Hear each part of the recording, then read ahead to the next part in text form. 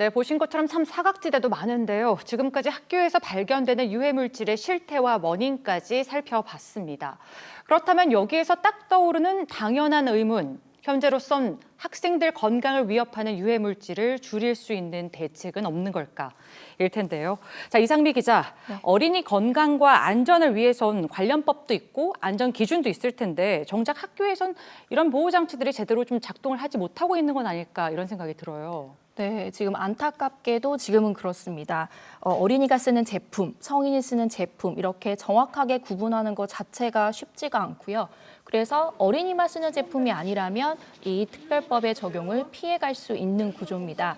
네, 그렇다고 뭐 당장 법을 다 뜯어 고친다거나 모든 제품에 이 엄격한 기준을 적용하는 것도 좀 현실적으로는 어려운데요. 그렇죠. 그래서 최소한 학교에서만큼은 이 학교가 구입해서 사용하는 가구나 학습 교구, 또 학습 준비물만이라도 이 안전이 검증된 제품을 써야 한다는 주장이 나오고 있습니다. 그러기 위해선 제도적인 정비가 좀 전면적으로 이루어져야 되지 않을까 싶은데요. 네, 그렇습니다. 앞서 학교보건법에는 이 유해 물질을 예방하고 관리하는 기준이 있다고 말씀드렸는데요. 예. 이 시행규칙에는 이 어린이 활동 공간을 제외하면 인조잔디와 탄성포장재만 명시하고 있습니다.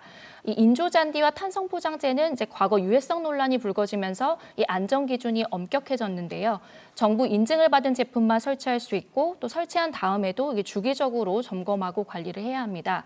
그래서 앞으로는 이런 유해물질 관리 대상을 좀 확대하는 방안도 검토해 볼 필요가 있는데요. 네. 예를 들어 교실에서 사용하는 가구나 교구도 이 국가통합인증마크, 즉 KC 마크를 획득한 제품으로 사용해야 한다면 좀 지금과 같은 사각지대는 어느 정도 해소될 것이란 전망입니다. 네.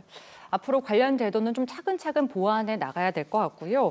다행히도 정부와 교육당국의 유해물질 문제를 좀 해결하기 위해서 안전한 제품을 이제라도 좀 학교에 공급하기 시작했다고요.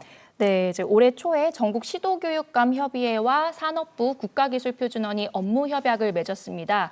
앞으로는 일반 제품이더라도 어린이 제품 안전 기준을 충족하는 제품을 이 초등학교에 공급하기로 한 건데요.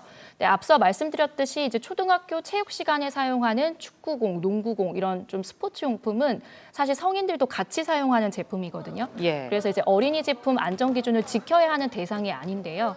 이 세 개 업체가 축구공, 농구공 등 이 200여 개 제품에 대해서 자발적으로 어린이 제품 기준에 맞춰서 생산하기로 합의를 했습니다. 네, 그 자발적으로라는 게 참 어려운 것 같아요. 생산 업체들의 자발적인 참여도 좀 기대해야 한다는 거죠. 앞으로 안전한 제품을 생산하고 또 유통을 할 수 있는 선순환을 만들어 나가기 위해선 어떤 조치들이 또 필요할까요?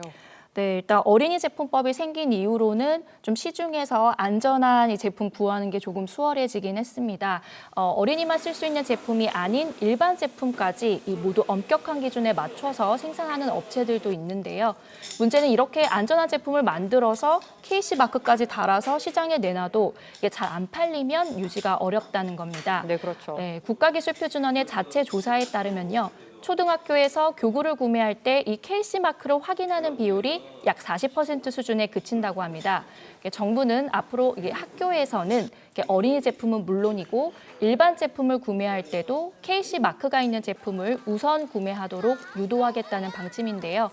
다만 학교 현장에서는 이 제품이 안전한지 여부를 일일이 확인하는 게 쉽지만은 않다고 합니다. 네. 그래서 좀 장기적으로는 이 안전한 제품과 학교를 연결해주는 방법도 좀 고민해봐야겠습니다. 네, 맞습니다. 저 오늘 이렇게 쭉 보다 보니까 그런 네트워크 형성에 좀 업체나 기관이 모두가 협력해야 한다. 그런 인식 제고가 가장 중요할 것 같아요. 네, 맞습니다. 자, 마지막으로 한 가지만 더 짚어보죠. 서울시 의회에서도 학교 유해물질 관리 조례를 만들기 위한 움직임이 시작이 됐다고요? 네, 그렇습니다. 지난달에 토론회도 한번 열렸는데요. 조례안을 살펴보면 교육청이 좀 어떤 역할을 해야 되는지에 대해서 다루고 있습니다. 우선 교육감은 학교에서 유해물질을 예방하고 또 관리하기 위한 계획을 마련해야 하고요. 이를 토대로 학교 현장을 점검하고 또 문제가 확인되면 대책도 세워야 합니다. 또 학교가 안전한 제품을 구매할 수 있도록 정보를 제공할 수 있다는 내용도 담겼는데요. 그런데 이게 이제 서울시 조례안이어서 이게 제정이 된다고 하더라도 이 지역에만 좀 적용된다는 한계가 있기는 합니다. 그렇군요. 네, 하지만 이제 이런 사례들이 모여서 전체 학교를 좀 바꿀 수 있는 지렛대가 될 수도 있으니까요. 네. 앞으로는 좀 교육 현장에 어떤 영향을 미칠지 좀 지켜봐야겠습니다. 네, 좀 좋은 모범 사례가 남았으면 좋겠네요. 네. 자, 지금까지 학교에서 유해 물질이 없는 안전한 제품들을 사용하기 위해선 어떤 대책들이 필요한지 한번 따져봤는데요.